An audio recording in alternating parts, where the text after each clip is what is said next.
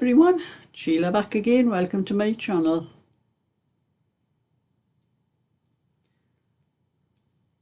Well, I've come back up into my workroom, but it's still very warm up here. And I'm going to stop this video for a couple of minutes to show you my cardigan, a better look at it. Could have done with a little bit larger actually. But I'll explain in the video, probably after a few washes it'll slacken off and like all my other ones have. So I'll stop this video and I'll just show you the little video I've done so you can see the whole cardigan a little bit better. Well everyone, this was how my cardigan came out, and as you can see, could do with being a little bit bigger. I think I misjudged the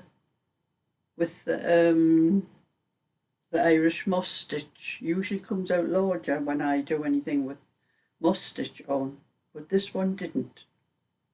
And then with the cables, but I have the cardigan in this wool before and it stretched when it was washed, so it'll probably be okay when it's been washed a few times. So just to let you see, that's what it looks like. Turn to see the back too.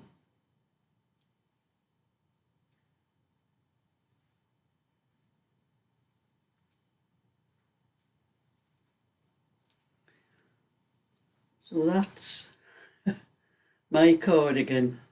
Definitely needs to be a bit, I can't fasten it, but I have to stretch it to fasten it. I'll show you.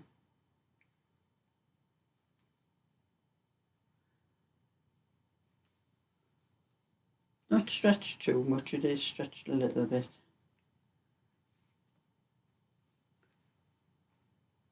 It does stretch the pattern out a little bit. But anyway, like I'm saying, when I wash it, it'll be a little bit bigger, I know, from all my other cardigans. So that's a look at the whole cardigan. And when I did this cardigan, when I started it, doing the Irish moss stitch, which is, you know, part of this part here and this part down there, I have a sweater which I knit in the Irish moss stitch, and I did a swatch when I started it, and I normally do a 40-inch for myself to measure 42. That's with, you know, give you a bit ease for wearing. And when I did the swatch for that sweater, I actually knitted it as if I was knitting a 36-inch sweater to measure 38 because of the Irish moss stitch. And I thought this one would be the same, but it's not. Entirely different wool. This was knit with the Majestic. Now with the Majestic, it doesn't tell you what the wool is made of. It just says mixed fibres. And I think this is, I don't know whether it's got acrylic in, but I think it's like polyester. It is not acrylic. And I think that may be why this one came out. The stitches and everything seem to stay tighter together than when I'm knitting with just ordinary acrylic. So I misjudged the instructions for it. Because when I put it on the floor, I put it on my floor and I measured the whole thing, you know, with it all buttoned and that and put it out. And it measured 19 inches, which makes it a 38. So it's actually a 36 to measure 38. So if I was doing a pattern for this, I would have to change my instructions I have written down for this one as a 36. But I'm not sure whether, because I didn't do a swatch for this one because I thought I still had the swatch for the, it's a white sweater I've got that I did the swatch for the Irish moss stitch, and I thought it would have been the same as that, but it's not. But, you know, these things come to try, you have to work them out. So if I start right, if I do any more in this pattern, I'll probably have to work out more, you know, to the extra stitches for the, in between the cable here, for the same size, to do the size that I was originally doing. But anyway, I'm back on, and I'm going to have to take this cardigan off after this because I am absolutely sweating. It's very warm up in this room, you know, it's a lot cooler downstairs in my living room. I haven't opened the window up here because I've only just come up here. I've been up here and I've cleared everything out, and I've been vacuuming and cleaning the room because it needed a good cleaning and a good tidy. And I've just put everything back and I forgot to open the window, so I'm going to have to open the window to let some fresh air in. But it's very warm up here, and it's not as warm as this when I'm downstairs. So I will probably be up here during the day and back downstairs in my living room in the night time during the summer. What have we got left of the summer, I think. But anyway, I've picked up this rosebud one that I started a little while ago. There's another one I'm doing for sizes for the pattern. I'll have to work out. I'm not sure whether I had done all the shaping before I do any more of that. I think we're going to have to work out, count the stitches up and check in my book to see whether, I can't even remember what size I was doing. I'll have it down in my book because it's that long since I put this down. I think I better not do any more till I check it up in my book to see what size, because I'm not sure whether I've got to do any more decreasing or whether I had finished. It looks like I had done a couple of rows without any decreasing, so I might have finished the actual decreasing on it. But I better put it down, not do any more of that until later.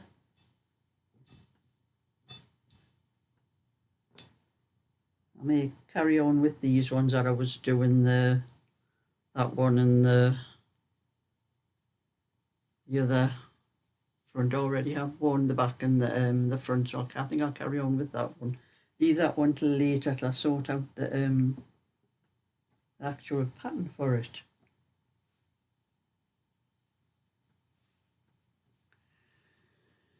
But I have been on my printer this morning. I've had a lot of patterns to, you know, replace because I've sold quite a few patterns and that. I needed to replace a lot of them and that. And you know, don't know they're noticing, but I'm wearing the they do whistle these earrings when you touch the hearing aids. Or if I touch them, the whistle. I have to get used to not putting my hand where they ought to stop the whistle, because people, it's not just me that hears the whistle, it's other people. But I wear them all the time now because I never realised how bad my hearing was. Like I'm saying, I went on my printer this morning to print out a lot of patterns because I've used up a lot of them out of my folder.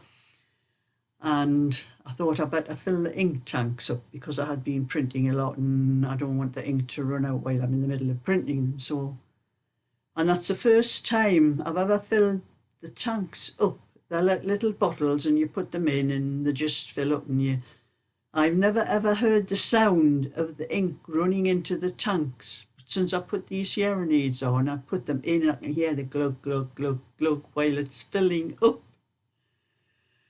And I thought, you know, my hearing must have been terrible for a long time. There's a lot of other sounds that I've never heard since I've put these earrings in, the hearing aids in. I can hear everything now. I can hear the birds singing outside, where even when the window's shut, I couldn't hear anything like that before. Only I went to my quiz night last night with my friend. I forgot to take these with me because I had been charging them. And there was only me and my friend in our team again. It looks like that's probably all it's going to be. We were last, as usual. And you know, when the quizmaster was reading out the questions, Paul his name is, when he was reading out the questions, I could hear parts of it, but not all of it. and trying to get my friend to tell me what he had said so I could write it down in the book, because we write all the questions down in the book and then get so long afterwards to work out the answers to the questions. And, you know, she was just ignoring me, and I'm saying, come on, what did he say? And she said, well, you heard the same as me. I said, I didn't hear the same as you. I haven't got my hearing aids in. I can't hear what he's saying properly. And it was the same. We play it's rock and roll bingo. We play that every night time after the quiz part. We'll have a game of rock and roll bingo. And I couldn't make them out either.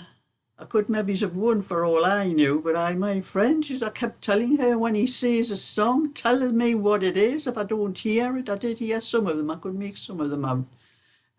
But there was none of the songs on the, there was only about 2 songs out of 15. We got a sheet, like instead of 15 numbers, it's 15 songs, the singer's name and the song.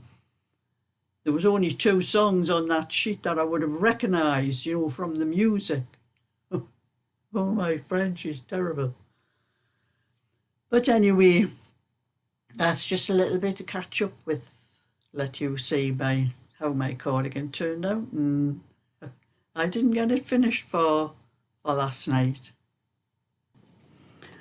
Well, I'm back, everyone. I went away for a minute. I had to take my cardigan up. It was far too hot.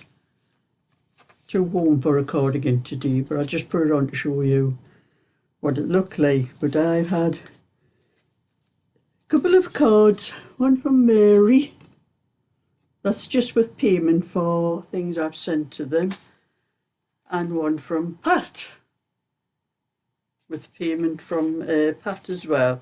Pat I sent the blankets to, and she sent me a letter as well thanking me for the blankets, but she was also asking about the music that I use when I do my slideshows, and I think that's what she means in the what you're seeing in the thing. Well, the music I use on my slideshows is out of the YouTube library, music library. You can't just use any kind of music. You can't use, you know, like popular stuff, because it would be copyright. Because was one day I was doing a video I was in my garden, and the next door, this is how bad my hearing was. Next door was actually playing music in their garden, and I didn't hear it. I couldn't hear it, but it showed up on my video, and because of that, there was copyright on that video, and I couldn't earn anything. You know, I earned through the adverts on the thing, on the videos and that come on. And because of that, any money that was made, the song that was being played at the time that my video where I was recording picked up, I think, was Irene Cara's Fame. And when I played the video over, because when I went onto YouTube and I saw it wasn't monetized, meant I couldn't earn anything off it. Any money would have went to the people who had anything to do with that recording. It was just a bit of a song. It was probably a few seconds, that's all. But when I played the video back, I had to turn it up as loud as it would go, and then I could just faintly hear it. But I've since played that back, since I've had these things, you can hear it as clear as anything. So that's how bad my hearing was. So I make sure that there's no copyrighted music on any of my videos, even accidentally, or like that one was. It was an accident. It was someone playing music in their back garden. It was in the summer, I think, last year sometime. But anyway, Pat, I get my music from the YouTube music library, and it's just little bits of music, probably about 3 or 4 minutes, that people put up. They play the music themselves, you know, on piano or guitar or whatever, and they put it up free onto the YouTube library for the likes of myself and other people that do the things to use the music for, like what I use it for the slideshows, and I could possibly use it for anything else. If I was doing something in the garden and I wasn't talking, and I could maybe just play music while I was doing whatever I was doing in the garden. So that's where the music comes from, Pat. And that is my bit for today. So thumbs up and subscribe, and I'll catch you another time. So bye for now.